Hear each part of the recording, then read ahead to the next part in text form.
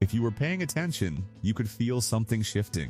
Vietnam was still grinding on. The first Earth Day was 3 weeks away, and somewhere in Washington, men in suits were drafting emission standards that would quietly reshape the American automobile. But none of that mattered on a Friday night in April. What mattered was the stoplight. A Chevelle eased up beside you. Blacked out grille, SS badges. Cowl induction hood, no flashy engine callouts, just a subtle 454 emblem, if you knew where to look. Under that hood sat the most powerful production engine Chevrolet had ever installed in a street car. The LS6, rated at 450 horsepower. And here's the part that still sparks debate. That number was almost certainly conservative. Within 5 years, a version of that same 454 would struggle to make half that output. But in 1970, for one brief moment, Chevrolet built something unapologetic. This is what the end of an era looked like at its best. The world that built it. By 1970, the muscle car wars had escalated into something serious. Ford had the 428 Cobra Jet. Chrysler was swinging hard with the 446 pack and the 426 Hemi. Pontiac offered the Ram Air 4. Oldsmobile had the W30 455. Compression ratios were north of 10.51. Camshafts were aggressive. Carburetors were oversized on purpose. This wasn't subtle engineering, it was competitive escalation. Chevrolet's 396 had done well through the late 60s. But it wasn't enough anymore. So when GM lifted its internal displacement restriction on intermediate cars, Chevrolet responded with the 454. Two versions, the LS5 at 360 horsepower and the LS6 at 450. The LS6 wasn't a marketing gimmick. It wasn't stripes and decals. It was internal hardware, the kind that costs money and requires commitment. So here's the question that still divides enthusiasts. Was this the true peak of American muscle, or just the loudest moment before the fall? The engineering. The LS6 started with a 4-bolt main Mark IV big block. That matters. High compression and aggressive cam timing generate serious cylinder pressure. 2-bolt mains weren't going to cut it. Compression ratio, 11.251. That required premium leaded fuel. No shortcuts, no compromise. The camshaft was a solid lifter design, not hydraulic. Lift was roughly 0.520 inches. Valve timing was aggressive enough to produce a lopey idle that told everyone within earshot this wasn't a grocery getter. Up top sat rectangular port cylinder heads with 2.19-inch intake valves. They flowed better at high RPM than oval ports, and Chevrolet matched them with an aluminum high-rise intake manifold feeding a Holley 780 CFM 4-barrel carburetor. Internally, it was built to survive abuse. Forged steel crankshaft, shot peened connecting rods, forged aluminum pistons. This wasn't just a displacement increase, it was structural reinforcement. Transmission options were equally serious. The Muncie M22 Rock Crusher 4-speed for those who wanted to row their own gears,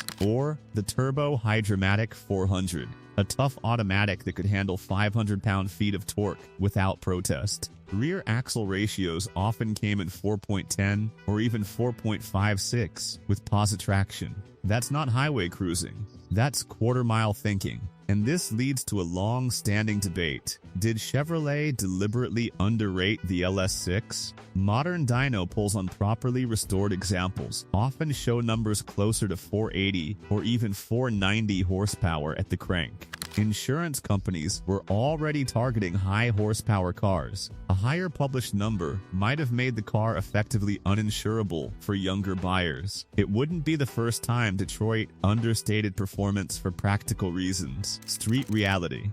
On paper, 450 horsepower is impressive.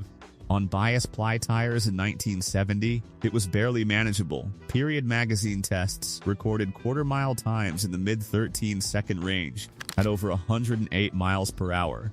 With traction, proper gearing, and a skilled driver, High 12s weren't out of the question, but the quarter mile doesn't tell the full story. What defined the LS6 was torque, 500 pound-feet at 30s, 600 RPM. You didn't need to wind it out like a small block. Roll into the throttle at highway speed in third gear, and the car simply surged forward. The nose lifted, the rear squatted, steering got light. It didn't scream, it shoved. And insurance companies noticed. By 1970, companies like State Farm were calculating premiums based on horsepower-to-weight ratios. A 20-year-old trying to insure an LS6 Chevelle could face premiums that rivaled car payments. Some registered the car under their parents' names. Some paid the premium and accepted it. Others walked away.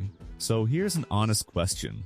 If you were 22 in 1970, could you have afforded to insure one of these and another? Would you have chosen this over a 426 Hemi at the same price? Because that choice wasn't theoretical. It was real. The turning point. The LS6, as configured in 1970, lasted exactly one model year.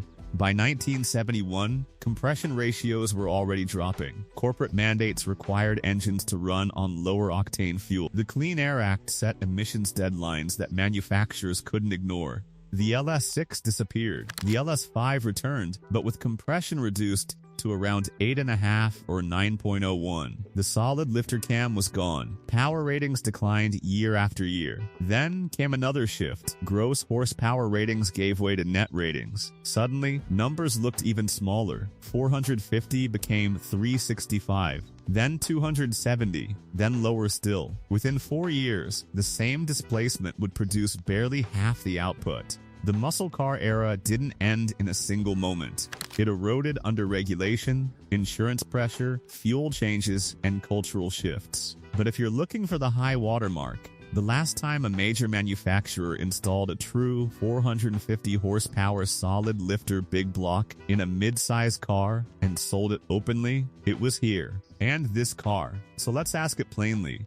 Did emissions kill the muscle car? Or was this level of excess never going to last? Legacy.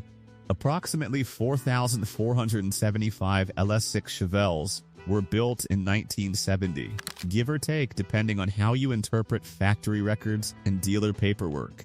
In absolute terms, that's not ultra-rare. Chevrolet built hundreds of thousands of Chevelles that year, but survival rates tell a different story. These weren't garage ornaments. They were street cars bought by people who intended to use them.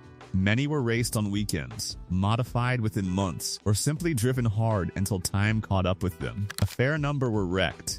Others were stripped for parts when fuel prices climbed and insurance bills piled up. Today, a documented, numbers-matching LS6 regularly brings well into six figures at auction, with strong examples exceeding $200,000. That's the market speaking. But money isn't the real legacy of the LS6, and anyone who was around in 1970 understands that. What the LS6 represents is harder to measure. It represents a narrow moment when Detroit built engines without apology. When engineers approved 11.25, one compression knowing emissions regulations were already forming on the horizon. When premium leaded full was assumed to be available, and nobody felt obligated to justify 450 horsepower in a mid-sized street car. The regulatory clock was ticking, and they built it anyway. The car wasn't refined.